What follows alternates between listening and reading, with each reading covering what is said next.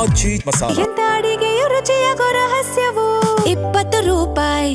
ಶೈಕ್ಷಣಿಕವಾಗಿ ರಾಜ್ಯದಲ್ಲೇ ಹಿಂದುಳಿದ ಜಿಲ್ಲೆಯ ಶಿಕ್ಷಣ ವ್ಯವಸ್ಥೆ ಎಷ್ಟು ಕೆಟ್ಟಿದೆ ಅಂದರೆ ಶಾಲೆಗೆ ಇಲ್ಲಿ ಮಕ್ಕಳನ್ನು ಕೂತ್ಕೊಳ್ಳೋಕ್ಕೆ ವ್ಯವಸ್ಥಿತವಾದಂಥ ವಾತಾವರಣ ಇಲ್ಲ. ಯಾಕಂದರೆ ಯಾದಗಿರಿ ತಾಲೂಕಿನ ಬಂದಳಿ ಗ್ರಾಮದಲ್ಲಿರುವಂಥ ಸರ್ಕಾರಿ ಹಿರಿಯ ಪ್ರಾಥಮಿಕ ಶಾಲೆ ಜೊತೆಗೆ ಪ್ರೌಢಶಾಲೆ ಕೂಡ ಇದೇ ಒಂದು ಶಾಲೆಯಲ್ಲಿದೆ. ಈ ಶಾಲೆಯಲ್ಲಿರುವಂಥ ಕೋಣೆಗಳು ಸಂಪೂರ್ಣವಾಗಿ ಶಿಥಿಲಾವಸ್ಥೆಗೆ ಬಂದಿದೆ.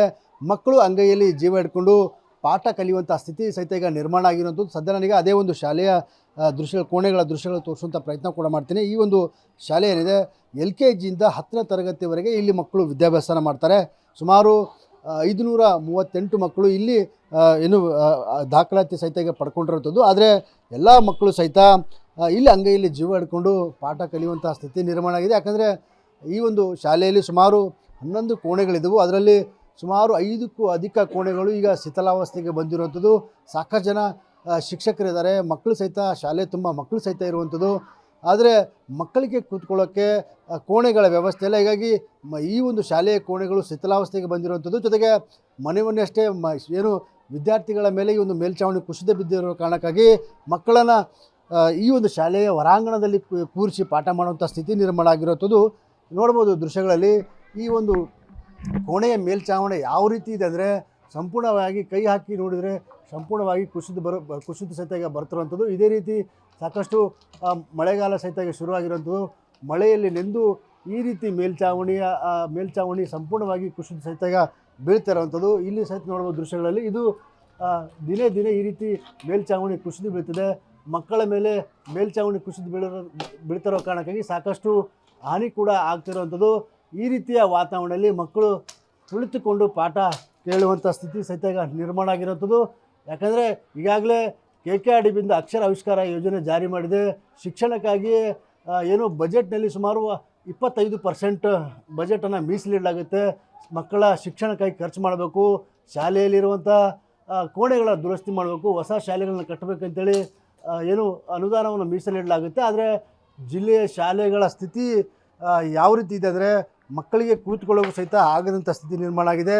ಸಾಕಷ್ಟು ಸಮಸ್ಯೆ ಕೂಡ ಮಕ್ಕಳು ಅನುಭವಿಸ್ತಿದ್ದಾರೆ. ದಿನನಿತ್ಯ ಮಕ್ಕಳು ಅಂಗೈಯಲ್ಲಿ ಜೀವ ಹಿಡ್ಕೊಂಡು ಇಲ್ಲಿ ಪಾಠ ಕೇಳುವಂಥ ಸ್ಥಿತಿ ನಿರ್ಮಾಣ ಆಗಿದೆ. ಸಂಬಂಧಪಟ್ಟ ಅಧಿಕಾರಿಗಳಿಗೆ ಇಲ್ಲಿರುವಂಥ ಶಿಕ್ಷಕರು ಮನವಿ ಮಾಡಿಕೊಂಡಿದ್ದಾರೆ. ಯಾಕಂದರೆ ಹೆಚ್ಚುವರಿ ಕೋಣೆಗಳ ಅಗತ್ಯ ಇದೆ. ಬೆಳಗ್ಗೆ 7 ಗಂಟೆಯಿಂದ ಮಧ್ಯಾಹ್ನ 12 ಗಂಟೆವರೆಗೆ 9 ಮತ್ತು 10ನೇ ತರಗತಿಯ ಮಕ್ಕಳಿಗೆ ಪಾಠ ಮಾಡಲಾಗುತ್ತೆ. 12 ಗಂಟೆಗೆ 9 ಮತ್ತು 10ನೇ ತರಗತಿಯವರೆಗೆ ಮಕ್ಕಳು ಇರುವಾಗ ಬೆಳಗ್ಗೆ 10ರಿಂದ 12ವರೆಗೆ ಪ್ರೈಮರಿಯ ಮಕ್ಕಳಿಗೆ ಶಾಲೆಯ ಮೈದಾನದಲ್ಲಿ ಕೂರಿಸಿ ಪಾಠ ಮಾಡಬೇಕಾಗುತ್ತೆ. ಜೊತೆಗೆ ಹೈಸ್ಕೂಲ್ ಮಕ್ಕಳು ಮನೆಗೆ ಬಂದ ನಂತರ ಆ ಮಕ್ಕಳಿಗೆ ಕೋಣೆಯಲ್ಲಿ ಕೂರಿಸಬೇಕು. ಜೊತೆಗೆ ಈ ಒಂದು ಮೈದಾನದಲ್ಲಿ ಕೂರಿಸಿ ಪಾಠ ಮಾಡುವಂಥ ಸ್ಥಿತಿ ನಿರ್ಮಾಣ ಆಗಿರೋಂಥದ್ದು. ಸದನ ಜೊತೆ ಮಾತಾಡೋಕ್ಕೆ ಪೋಷಕರಿದ್ದರೆ ಅವ್ರ ಜೊತೆ ಮಾತಾಡ್ತೀನಿ. ಯಜಮಾನ್ರಿಗೆ ನಿಮ್ಮ ಊರಲ್ಲಿ ಶಾಲೆ ಇದೆ, ಸಾಕಷ್ಟು ಮಕ್ಕಳಿದ್ರೆ ತಾವು ತಮ್ಮ ಮಕ್ಕಳಿಗೆ ಇಲ್ಲಿ ಕಳಿಸ್ತೀರಿ ಶಾಲೆಗೆ. ಹೆಂಗಂದರೆ ಈಗ ಶಾಲೆಯಲ್ಲಿ ಕೊಡ್ಬೇಕಂದ್ರೆ ಅಂಜಂಗಾಗಿದೆ, ಎದುರಂಗಾಗಿದೆ. ಯಾಕಂದರೆ ಯಾವಾಗ ಛತ್ರ ಬೀಳ್ತದೆ, ಏನೆಲ್ಲ ಮಕ್ಕಳ ಮೇಲೆ ಏನೋ ಆಗುತ್ತೆ ಅಂತೇಳಿ ಏನು ಹೇಳ್ತೀರಿ? ಹೆಂಗೆ ನಿಮ್ಗೇನು ಭಯ ಆಗಲ್ಲ ಮಕ್ಕಳಿಗೆ ಶಾಲೆ ಕಳ್ಸೋಕೆ? ಭಯ ಆಗ್ಯದ್ರಿ ಹುಡುಗರಿಗೆ.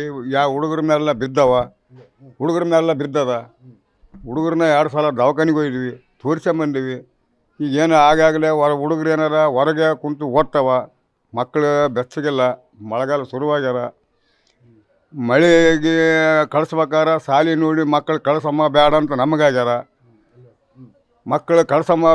ನಮಗಾಗ್ಯಾರ.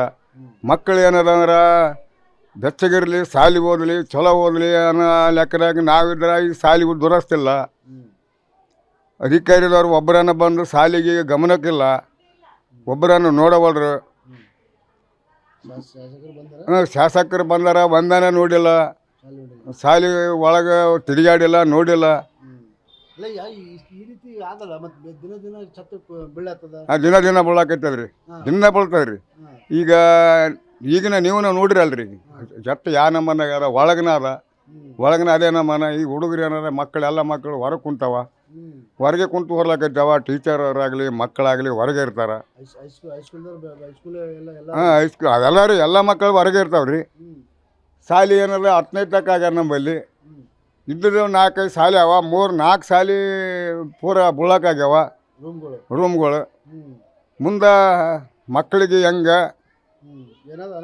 ಏನೋ ಅನುಭೂತ ಆದ್ರೆ ಯಾರಿಗೆ ಈಗ ಏನಾರ ಟೀಚರ್ದವ್ರು ಕೇಳಿದ್ರೆ ನಾವೇನು ಮಾಡಮ್ಮಂತಾರೆ. ನಮ್ಮ ಮಕ್ಕಳು ನಾವು ಕಳ್ಕೊಂಡ್ರೆ ನಿಂಬಲ್ಲಿಗೆ ಬಂದ್ರೆ ನಾವೇನು ಮಾಡಮ್ಮಂತೀರಿ. ಈಗೇನಾರ ಶಾಲೆ ಬೀಳಕ್ಕಾಗ್ಯಾರ, ಅದಕ್ಕೆ ನೋಡ್ರಿ ನೀವು ಏನು ಮಾಡ್ತೀರಿ ಮಾಡಿರಿ.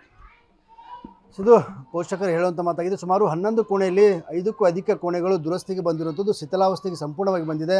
ಮೇಲ್ಛಾವಣಿ ಕುಸಿದು ಬೀಳ್ತದೆ.